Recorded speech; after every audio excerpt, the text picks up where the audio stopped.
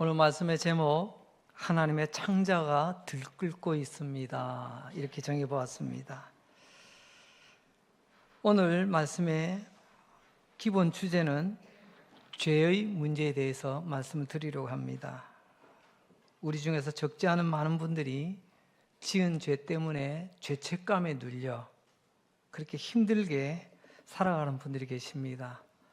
마치 이 공장에 가면 프레스라고 하는 기계가 있습니다. 막 이렇게 압축하는, 누르는 기계가 있어요. 아무리 눌러도 죄책감이 누르는 것보다 더 힘든 게 있을까요? 남들은 몰라요. 나는 압니다. 그래서 죄책감에 눌려 힘겹게 살아가는 분들, 또 다른 한편으로는 우리 중에 적지 않은 분들이 지은 죄 때문에 하나님께 주시는 징벌로 인한 고통 가운데 있다는 것입니다. 하나는 하나님의 징벌을 두려워하는 고통, 또한 그 징벌의 과정을 지나는 고통이 있을 수 있습니다. 이렇게 죄 때문에 눌려있고 죄 때문에 징벌을 두려워하는 우리의 모습, 과연 다시 살아날 수 있을까요? 일어날 수 있을까요? 오늘 성경은 말합니다. 그렇다.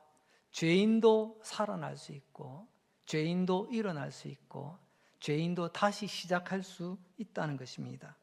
성경은 어떻게 다시 살 수 있고 이 죄인이 살 수 있는가, 일어날 수 있는가, 오늘 성경이 주시는 답을 먼저 말씀드리려고 합니다. 답은 하나님의 창자에 있다라는 것입니다.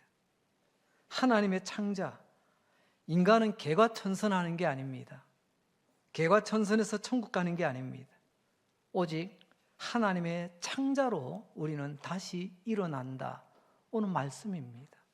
조금은 생소한 표현인 것 같습니다. 첫 번째, 오늘 이 말씀의 배경이 되고 있는 예레미야 시대 이스라엘 백성들은 어떠했을까요?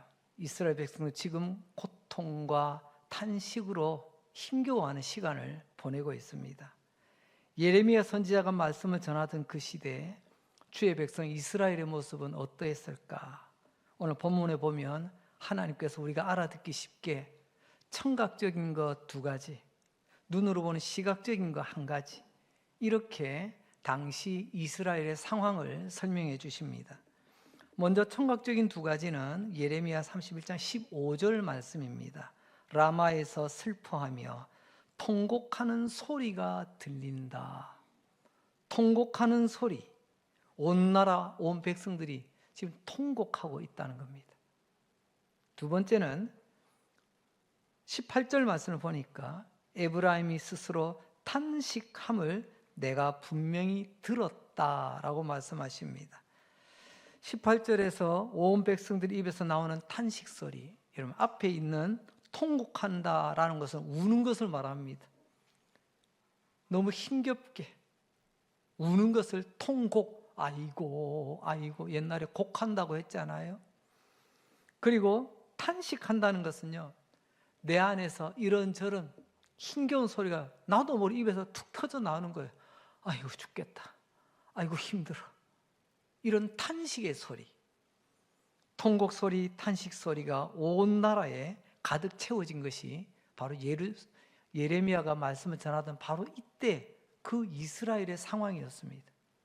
또 하나 시각적인 장면을 말씀하는데 18절을 또 한번 보게 되면 멍에에 익숙하지 못한 송아지 같은 내가 징벌을 받았다. 멍에가 뭐죠? 지금은 기계화되었습니다마는 아직도 저기 외진 곳이나 그 옛날 기억 속에 소가 등에 이 V자 모양으로 이렇게 생긴 거 등에 얹어가지고 그 줄을 달아가지고 되게 무거운 쇠사랑 같은 걸로 땅을 갈아엎는, 등에 얹는 그 장치를 말합니다. 보통은 다 큰 소가 이 멍에를 짚니다. 엄마 소, 아빠 소가 말입니다. 그런데 오늘 보니까 엄마 아빠가 짊어지는 그 무거운 멍에를 송아지가 메고 있네요. 그 어린 송아지가 얼마나 무겁겠습니까? 아니 무겁도 못해 힘겨워 다리가 후달거립니다. 이런 장면을 우리 눈으로 그려볼 수가 있습니다. 한마디로 말하면 애처롭고 안타깝고 불쌍하고 처량한, 그게 당시 하나님의 백성 이스라엘의 현실이었다는 거죠. 행복하고는 너무나 거리가 멉니다. 오히려 고통이 느껴집니다. 통곡하는 소리, 탄식하는 소리, 무거운 멍에를 쥐고 비틀비틀 걸어가는 송아지의 모습, 이게 그때 그들의 현실이었다는 거죠. 자, 그럼 여기서 두 가지 질문을 던져보게 됩니다. 질문의 요지는 이 고통의 원인이 뭐냐는 것입니다. 모든 고통의 원인은 하나님을 버린 죄라는 것을 말하고 있는데, 첫 번째로 이런 통곡과 탄식의 아픔은 왜 생겼는가? 주의 백성이라면서요, 이스라엘 백성이라면서요, 예수 믿는 사람이라면서요, 교회 다닌다면서요, 왜 이렇게 무거운 멍에를 쥐고 이렇게 힘겹게 걸어가야만 하는 것입니까? 왜 이스라엘에게, 믿는 사람에게 이런 아픔이 찾아온 것입니까? 18절 상반절은 이렇게 말씀합니다. 에브라임이 스스로 탄식함을 내가 분명히 들었노니 주께서 나를 징벌하심에 멍에 익숙하지 못한 송아지 같은 내가 징벌을 받았습니다. 주의 백성 이스라엘이 실토합니다. 내가 하나님께 징벌을 받아 지금 이렇게 힘듭니다. 이런 뼈아픈 통곡, 뼈아픈 탄식의 이유가 징벌이랍니다. 하나님의 징벌. 그러니까 내가 잘못했다는 거죠. 여러분, 적어도 이스라엘은 내가 잘못한 것을 인정하는 모습이 있었습니다. 여기서 징벌이라는 말은 분풀이가 아닙니다. 화풀이가 아니에요. 예전에는요, 그런 모습이 있었습니다. 아버지가 밖에서 뭐가 잘 안 됐는지 술 가난하게 한 잔 들이키시고 집에 오면 집안이 난리가 납니다. 가구 부셔지는 소리, 그냥 엄마가 맞아서 소리 내는 소리, 아이들은 도망가는 소리, 그게 예전에 우리 동네 풍경이었어요. 직장에서 뭔가 좀 잘못되었는지, 바깥일이 잘 안 됐는지, 그래서 그 화풀이를 가족들이 하는 일들이 꽤 잦았습니다. 오늘 하나님, 어디선가 안 좋은 일이 생겨가지고 하나 백성들에게 지금 화풀이 하는 겁니까? 그건 아닌 겁니다. 오늘 하나님께서 말씀하신 징벌이라는 말은 징계를 통한 훈계, 깨닫게 하는 목적이 있습니다. 원래 징계가 그런 목적이잖아요. 이 벌을 통해서 정신 차리고 다시는 그러지 마라, 바르게 살아라, 그런 의미죠. 두 번째 질문이다. 그러면은 이스라엘은 왜 이런 징벌을 하나님께 받게 되었을까요? 주의 백성 아닙니까? 제가 목사 아닙니까? 여러분 교인이잖아요. 예수 믿는 사람 아닙니까? 그런데 왜 이런 징벌을 하나님께 받는 거죠? 단도직입적으로 말씀드려서 그것은 죄 때문이다라고 말씀합니다. 하나님께서 제일 싫어하시는 것은요, 학벌이 딸리는 게 아닙니다. 통장에 잔고가 부족한 게 아니에요. 키 작고 뭐 부족하고 이런 것이 아니라 하나님이 제일 싫어하는 것은 바로 죄입니다. 우리는 빛입니다. 하나님이 빛이잖아요. 빛의 자녀예요. 하나님은 거룩하십니다. 구별됨이 있어야 됩니다. 그래서 하나님은 죄를 제일 싫어합니다. 결국 죄 때문에 하나님의 징벌을 받는다. 오늘 그것을 우리에게 말씀하고 있습니다. 예레미야 1장 16절은 이렇게 말씀하고 있습니다. 무리가 나를 버리고, 이 무리가 이스라엘 백성이거든요. 이스라엘이 나를 버리고 다른 신들에게 분향하며 자기 손으로 만든 것들에 절하였은즉 내가 하나님께서 나의 심판을 그들에게 선고하여 그들의 모든 죄악을 징계하리라. 주의 백성 이스라엘이 모든 죄악을, 그 죄악 때문에 하나님이 심판하시겠답니다. 여러분, 하나님 앞에서 모든 죄악이랍니다.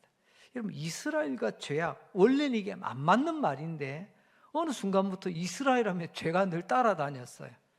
하나님께서 그래서 그냥 모른 척 덮어두지 않습니다. 그냥 봐줘라, 이게 아니었습니다. 때가 되니 모든 죄악은 하나님께서 반드시 심판하셔서 하나님의 거룩함을 드러내시고 우리의 빚됨을 드러내기를 원하셨습니다.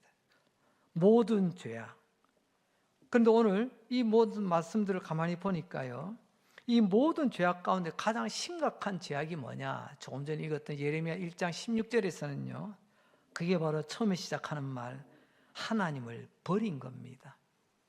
하나님을 버리는 것이 하나님께는 가장 큰 죄라고 말씀하십니다. 너희가 나를 버렸구나. 이게 가장 큰 죄야. 양이 목자를 버리고 어떻게 살죠?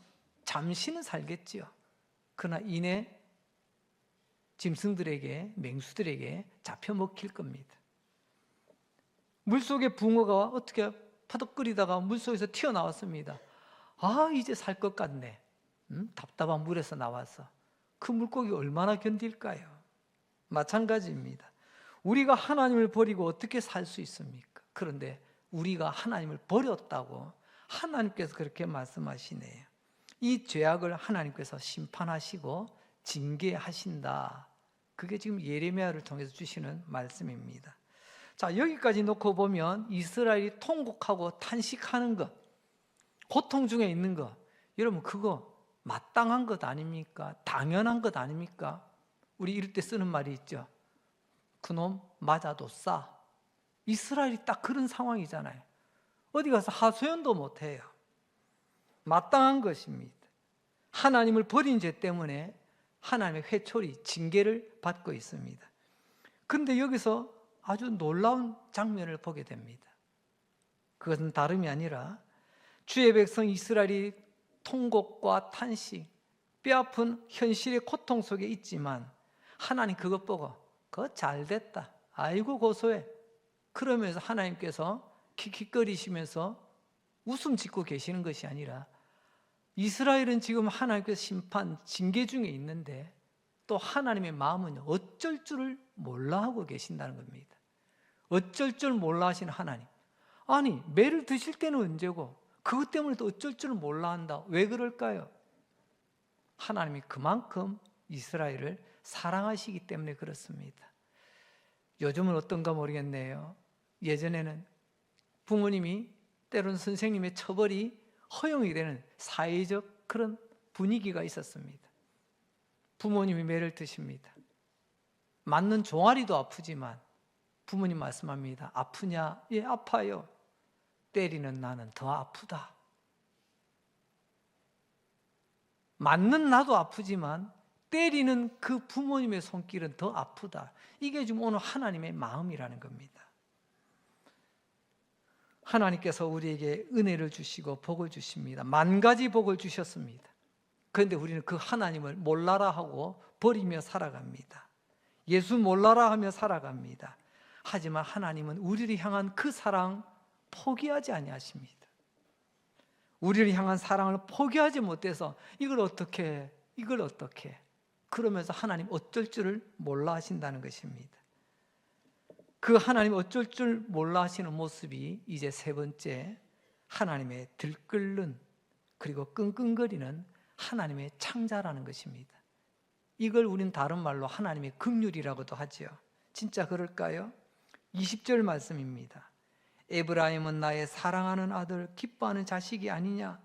내가 그를 책망하여 말할 때마다 깊이 생각하노라. 지금 엄마가 매를 들고 아이를 지금 종아리를 때려요. 그럴 때마다 깊이 생각합니다. 그러므로 그를 위하여 내 창자가 들끓는다.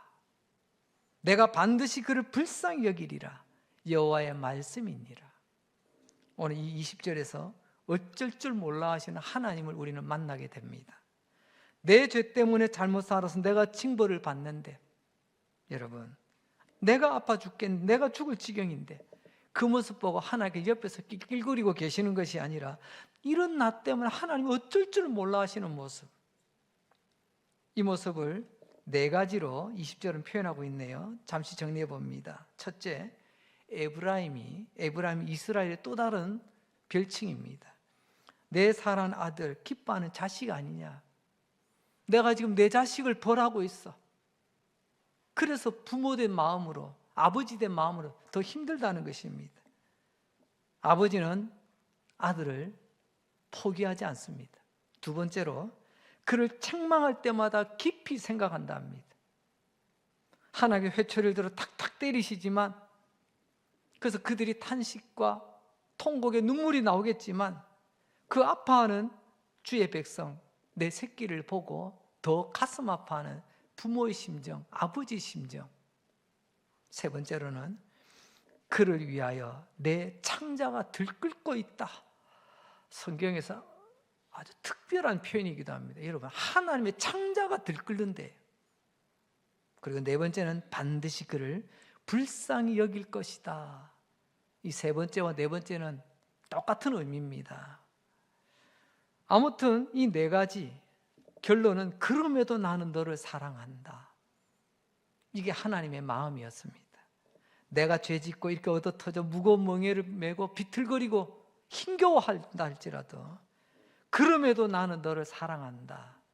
이런 하나님의 어쩔 줄 몰라하는 사랑, 그 사랑을 또다시 표현하기를 하나님의 창자가 들끓는다, 이렇게 표현하고 있습니다. 그냥 하나님이 창자가 들끓는 게 아닙니다. 여러분 어떠신가요? 저는 또 장도 조금 보기보다 약합니다. 조금만 자극적인 거 뭔가 좀 신경 쓰면요 속에서 뭐가 부글부글합니다. 우리 하나님 뭘 잘못 드시고 지금 속탈 나셨나요? 그거 아닙니다. 오늘 하나님께서 창자가 들끓는다 라고 말하고 있는데 그 이유가 뭐냐면 20절에 보니까 내가 너를 위하여, 너 때문에 내가 지금 이 창자가 들끓고 있다. 하나님 이런 표현을 쓰시네요. 어떤 분은 이렇게 질문하실지도 모르겠습니다. 목사님, 하나님이 창자가 있습니까? 아마 이런 또 엉뚱한 질문을 하실지도 모르겠습니다. 물론 하나님은 영이시기 때문에 창자가 없으시죠. 하지만 여러분, 여기서 창자라고 하는 것은요 단순한 어떤 창자, 어떤 부위를 말하는 게 아니라 이 말씀을 전하고 있는 예레미야 시대에 이스라엘 그들의 사회 문화를 바탕으로 합니다. 이 문화적 표현, 문화적 관용구라고 표현하죠. 이제 날씨가 많이 쌀쌀하니 요 며칠 굉장히 춥지 않습니까? 그런데 어서와 한국은 처음이지, 처음 외국인이 이 강릉에 왔다고 칩시다. 그 가운데 사람들이 줄 서 있는 집이 있는데 맛있는 오뎅집에 줄 서 있네요. 그래서 뭔가 해서 또 섰어요. 그 사람들이 그 김이 모락모락 올라나오는 그 오뎅 한 그릇 딱 받아갖고 그걸 불어가면서 막 먹습니다. 그러면서 말합니다. 시원하다. 국물을 싹 마십니다. 속이 확 풀리네. 그래서 어떻게 이 사람이 대충 번역기를 돌렸든지 해가지고 알아듣고 김이 저렇게 나는데 시원해? 참 코리아에는 희한한 음식이 다 있네. 그래서 받아 먹습니다. 먹다가 낼름 뱉습니다. 이렇게 뜨거운데 시원하기는 국물도 마셔봅니다. 아니 속이 편하기는요 속이 뒤집어지려고 하는데 그 사람은 모르죠. 우리 문화를 몰라서 그런 겁니다. 우리는 뜨끈뜨끈한 거 먹고도 시원하다고 표현하는 문화가 있어요. 그죠? 유대인들도 마찬가지입니다. 여기서 창자라고 표현했던 것은 유대인의 문화. 그럼 이 창자가 뭐냐? 단순 우리 몸에 이 오장육부, 우리 몸의 어떤 기관으로만 끝나는 게 아니고요. 이 히브리인들은 다른 사람에 대해서 느끼는 감정을 창자로 표현합니다. 다른 사람에 대해서 느끼는 내 마음의 상태, 그 사람이 어떨까? 힘들구나, 어렵구나, 아이고 내 새끼, 아이고 우리 남편 힘들겠네, 이런 여러 가지 복잡한 감정을 창자로 표현한다는 거예요.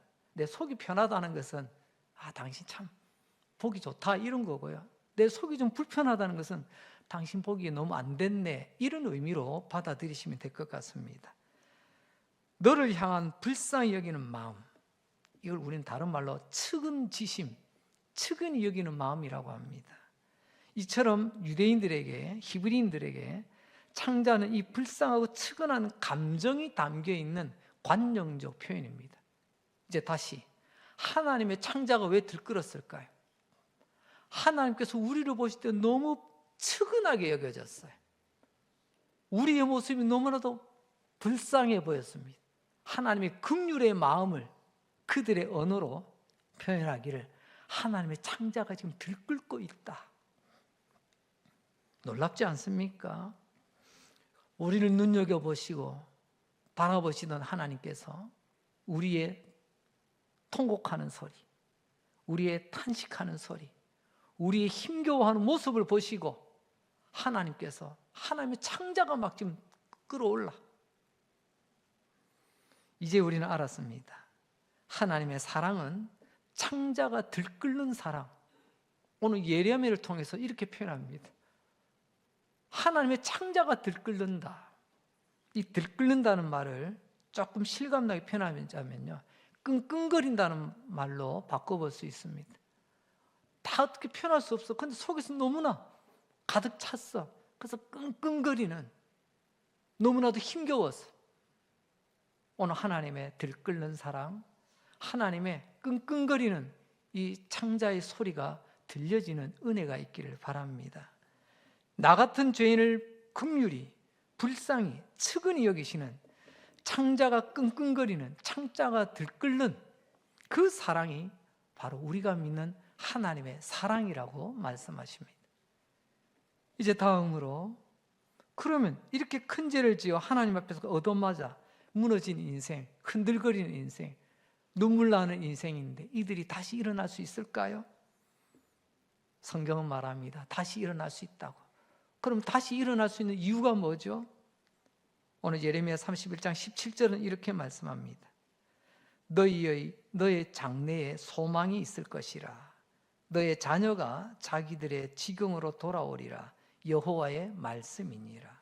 여러분, 하나님께서는 그런 이스라엘에게 지금 통곡과 탄식과 다리가 후달거리는 그런 힘겨운 날들을 보내고 있는 그들을 바라보실 때 하나님 창자가 막 들끓어 하나님이 그냥 끙끙거리고 있는데 하나님께서 말씀합니다. 너에게 장래에 소망이 있을 것이다. 장래가 어디죠? 가깝기는 내일입니다. 너의 내일 소망이 있다. 너의 앞날에 소망이 있다.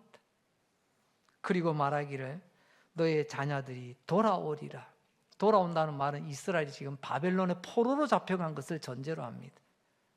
과거에는 죄 때문에 너희들이 징벌을 받아 포로로 끌려갔지만 이제 때가 되면 내가 돌아오게 하리라. 원래 자리, 원상복귀, 하나님께서 회복시켜 주시겠다는 약속이시죠.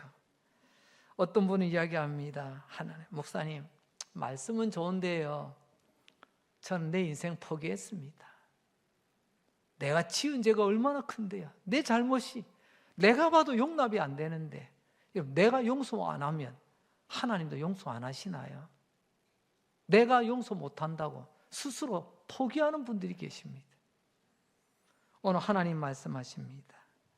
하나님께서 우리를 소망 있게 하시고 다시 원래 모습으로 회복시켜 주시겠다.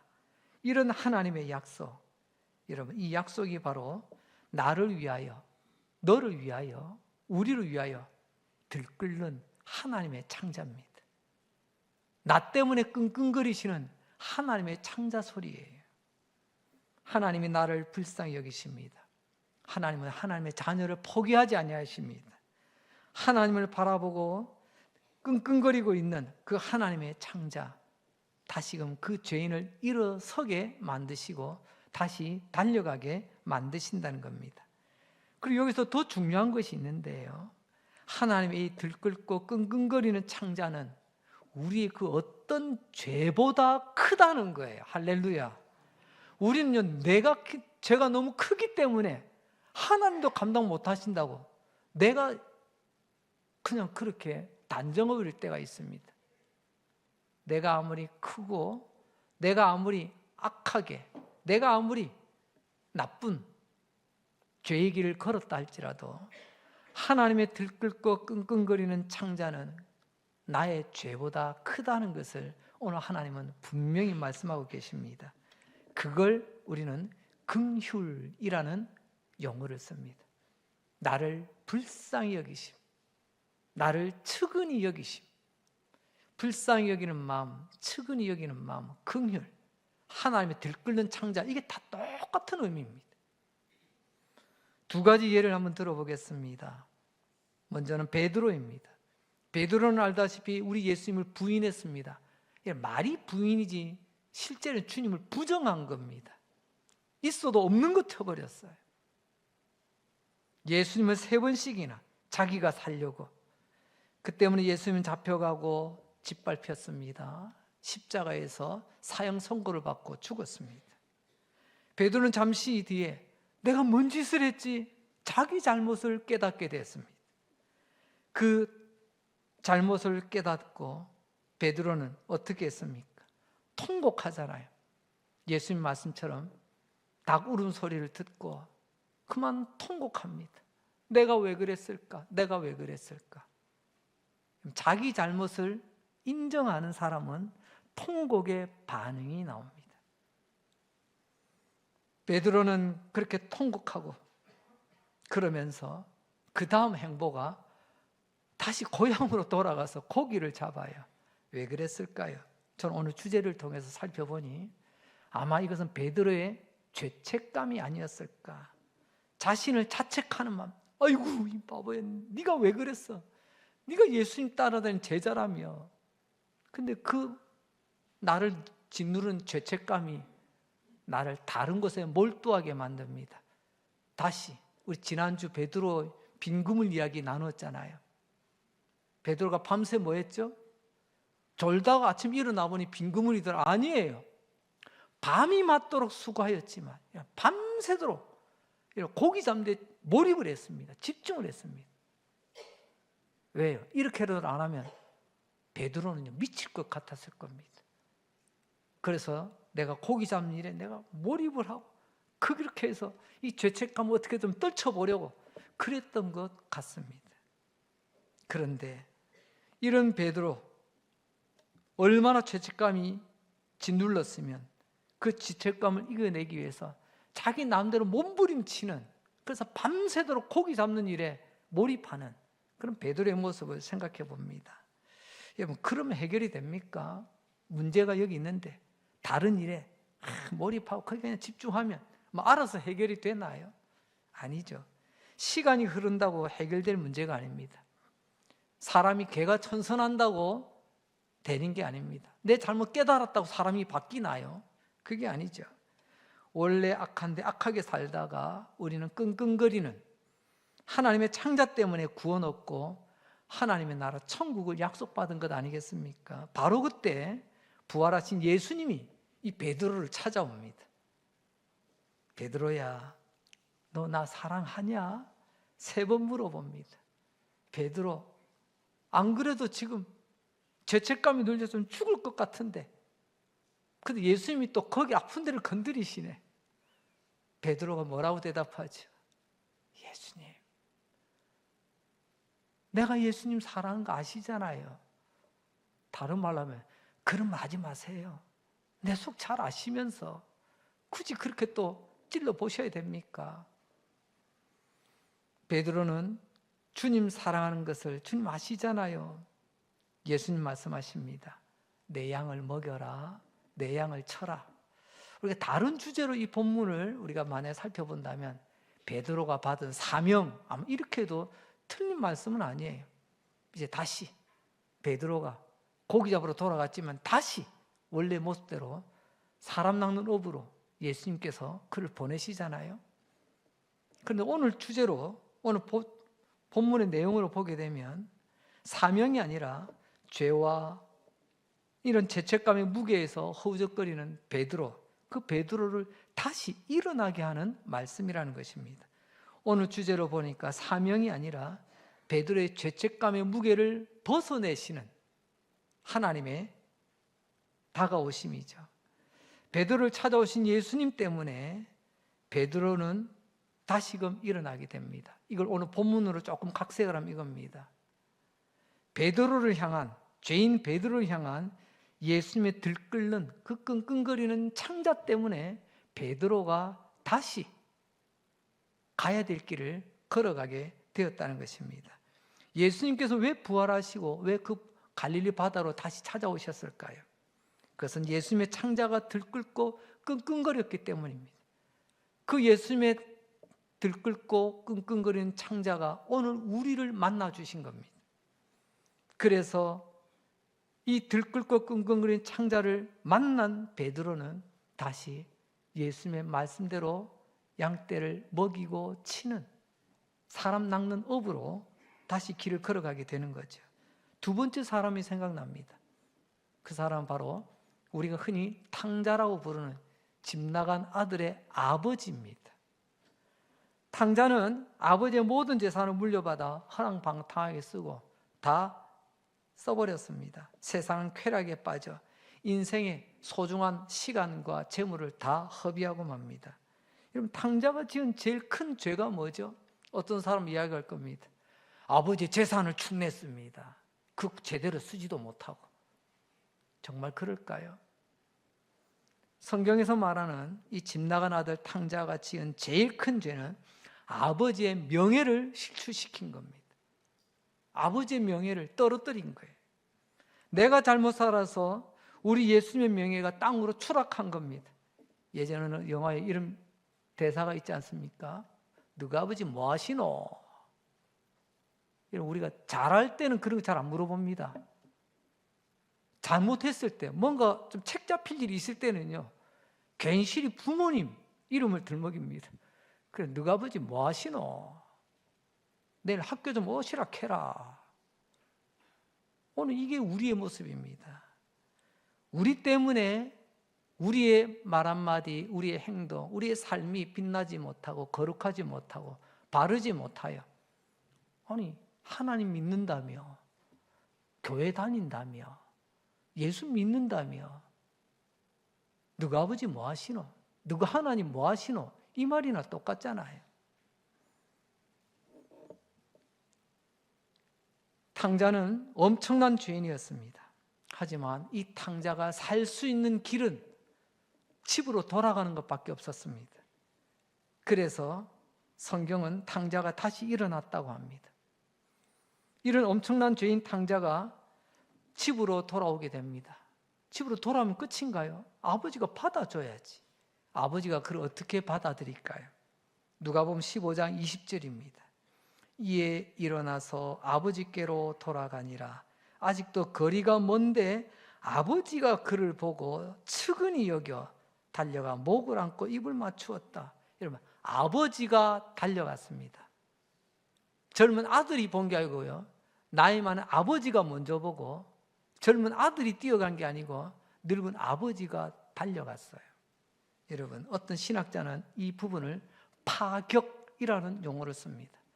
왜냐하면 우리 예전에 유교 전통에서는요, 양반집 대감 어르신은요 절대로 뛰지 않습니다. 양반은 뛰지 않는 게 양반의 법도예요. 이 유대 사회에도 이런 비슷한 게 있습니다. 다 큰 어른 남자가 여러분 뛰어다니는 거 사회가 볼 때는 아이고 저 뭐야 손가락질 당하기에 딱 좋습니다. 그런데 체면불구하고 집 나갔던 아들이 돌아온 모습을 보고 아버지는 쿵쿵거리며 그 노구를 이끌고 뛰어나갑니다. 죄인 탕자의 목을 안고 입을 맞춥니다. 이미 용서하고 용납하셨음을 온몸으로 보여주시는 거죠. 자기 죄 때문에 죽을 것 같았던 탕자는 이제 다시 살아나게 됩니다. 왜요? 그것은 아버지가 달려와 그를 끌어안고 입 맞춰 주었기 때문에. 이 모든 것이 된 결정적인 이유가 뭘까요? 오늘 내용에 보니까 그를 측은히 여겨. 측은히 여겨. 앞서 말씀드렸습니다. 탕자가 개과천선한 게 아니라, 인간이 바뀌어서 아버지가 용납한 게 아니라, 아버지가 그 아들을 보는 순간 측은히, 불쌍히 여겨. 측은히 여겼다라는 이 헬라어도 사실은 창자하고 관계된 용어입니다. 유대인들에게는 이 타인에 대한 감정은 창자로 표현한다고 했지 않습니까? 그러면 정리해 봅시다. 오늘 본문 예레미야 31장에 하나님 여호와의 창자, 누가복음 15장에 그 아버지의 창자, 똑같은 창자예요. 아버지의 창자가 측은히 여겼다는 것은 이 아버지 창자가 들끓어 끙끙거렸다는 것을 말합니다. 이 탕자 아버지 역시도 창자가 들끓고 끙끙거린 겁니다. 그래서 아버지의 이 들끓는 창자, 아버지의 그 사랑 때문에 이 아들은 다시 제2의 인생을 살 수 있게 되는 것입니다. 말씀을 정리합니다. 성도 여러분, 저도 마찬가지입니다. 목사라고 죄가 없을까요? 죄 때문에 하나님 앞에서 부끄럽습니다. 내가 지은 죄 때문에 하나님께서 어떤 벌을 내릴까? 목사도 때로는 두려울 때가 있어요. 하나님은 다 아시잖아요. 다 아시는 하나님, 근데 왜 감추려 하십니까? 여러분을 향하여 창자가 들끓고 끙끙거리며 여러분을 향하여 어쩔 줄 몰라는, 주체할 수 없는 그런 사랑, 어쩔 줄 몰라 하시는 하나님이 계시는데 왜 죄책감 아래에서 힘겹게 그리고 거기서 벗어나지 못하고 왜 이렇게 괴로운 날들을 보내고 계십니까? 여기서 우리는 두 가지 끙끙거리는 소리를 들어야 됩니다. 첫째는 내 양심의 끙끙거리는 소리를 들어야 됩니다. 정상적인 사람이죠. 적어도 오늘 본문에 보세요. 내가 징벌을 받았습니다. 내가 아버지께로 돌아갑니다. 내가 잘못한 거 내가 인정할 줄 알아요. 이게 양심의 소리, 양심의 끙끙거리는 소리를 들을 줄 아는 겁니다. 그러나 양심의 소리 듣는다고 다 해결되는 게 아닙니다. 어떤 사람은 너무 양심의 소리를 반듯하게 받아서 극단적인 선택을 하는 분도 계시더라고요. 양심의 소리를 듣되 그 소리를 하나님께로 나아가는 발걸음으로 옮겨야 됩니다. 두 번째는 이런 나를 보고 우리에게 다가오시는 하나님의 들끓는 창자, 하나님의 끙끙거리는 창자의 소리를 들어야 됩니다. 하나님의 소리, 하나님이 나 때문에 끙끙거림이 들려지십니까?